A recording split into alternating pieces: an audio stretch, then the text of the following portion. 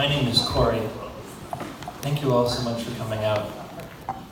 My performance tonight is of the score Unfold Into You, and it will take the form of several love poems to vowels. Vowels, I think, are interesting because they are scary. Consonants are very comforting to me. They're at the beginning of words often. And it seems pretty easy to just start words, but it feels harder to do the middle of them. And so these are love poems to vowels. A love poem to the letter U.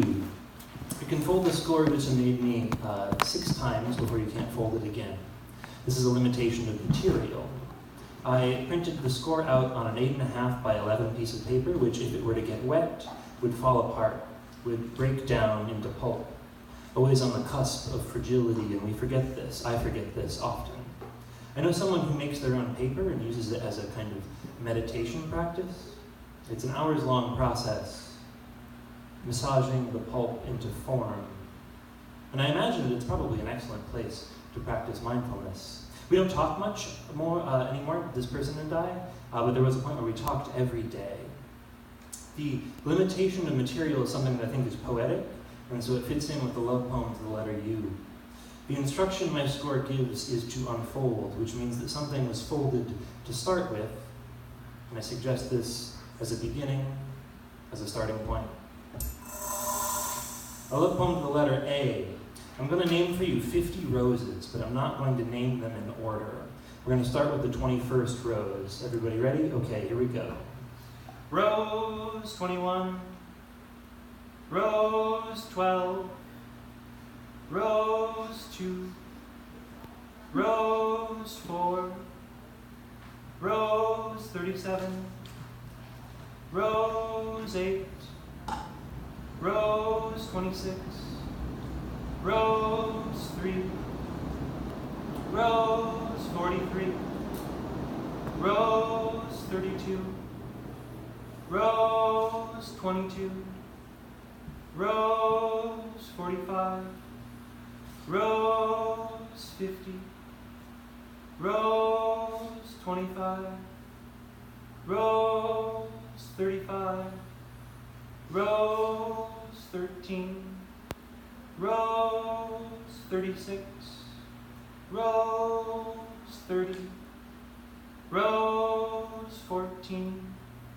Rose 1, Rose 19, Rose 40, Rose 5, Rose 47, Rose 27, Rose 7, Rose 6, Rose 42, Rose 31, Rose 39, Rose 46, Rose 17, Rose 10, Rose 24, Rose 49, Rose 18, Rose 38, Rose 11. A love poem to the letter E, part 1. In this book, which I suggest that you all buy, is a score to one of our dear friends, Ethan T. Parcell. Ethan is not here with us tonight, but Ethan recently published a book of his own. World Record, an opera in 3 acts by Ethan T. Parcell. I just got this book the other day. I'm really excited about it. A thing about adulthood that no one tells you is that all of your friends start having books, and this is lovely. The book itself is the libretto to Ethan's opera, World Record, an opera in 3 acts. And it also has pictures, and it's just this beautiful, beautiful piece. And the interesting thing that I want to point out to you is that there's text, text, text until the very end. And so this is the second to last page, and this is the last page, which is blank. I love this. I think that books are great. I love the ends and beginnings of books because of those blank pages that end up there. They remind you that it's a book and not some sort of mystical printed paper, but rather like an actual bound form. I had a conversation with Lauren about this a while ago, and she explained to me why books have to have a certain number of blank pages, beginning or ending, and it has to do with binding, but I do not remember what exactly the details were. Talk to Lauren about this after. But I think that it's quite lovely. In Ethan's realization of his score, he sang a song, and the song went, red on black, green on black, blue on black, gold on black, red on black, blue on black, green on black, red on black, black on black, gold on black. There are townspeople who come to you for their medicine. There are townspeople who come to you for their medicine. There are townspeople who come to you for their medicine. There are townspeople who come to you for their medicine.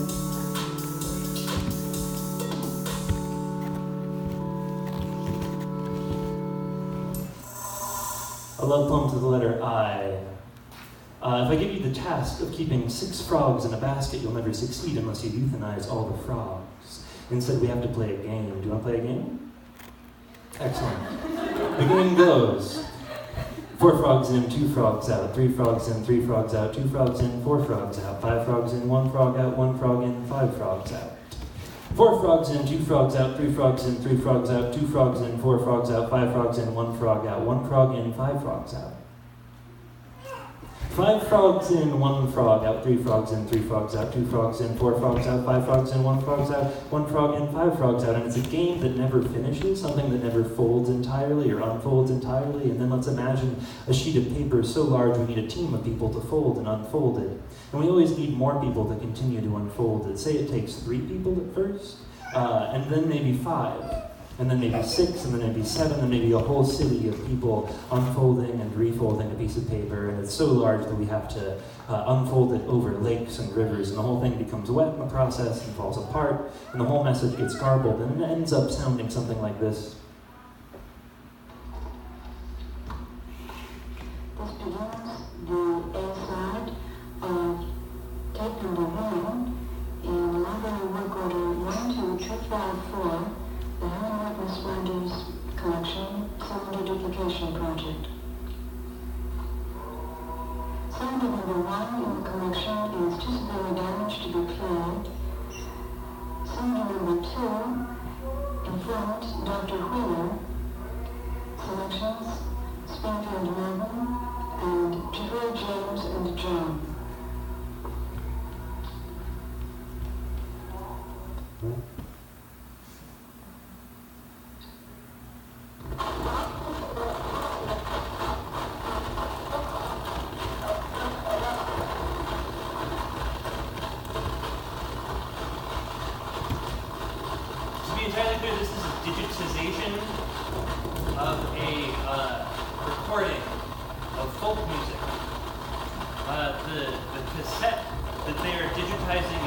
So damaged that this is the only sound that you can get out of it. The first track on the cassette was, in fact, so damaged that they couldn't even digitize it. This is the second track on the cassette. And this is folk music. A love poem to the letter O. My therapist is interested in a technique called cognitive diffusion, which is essentially a way of distancing ourselves from language. We become caught up in the finality of language, and so we start to believe that language is true. Of course, it isn't.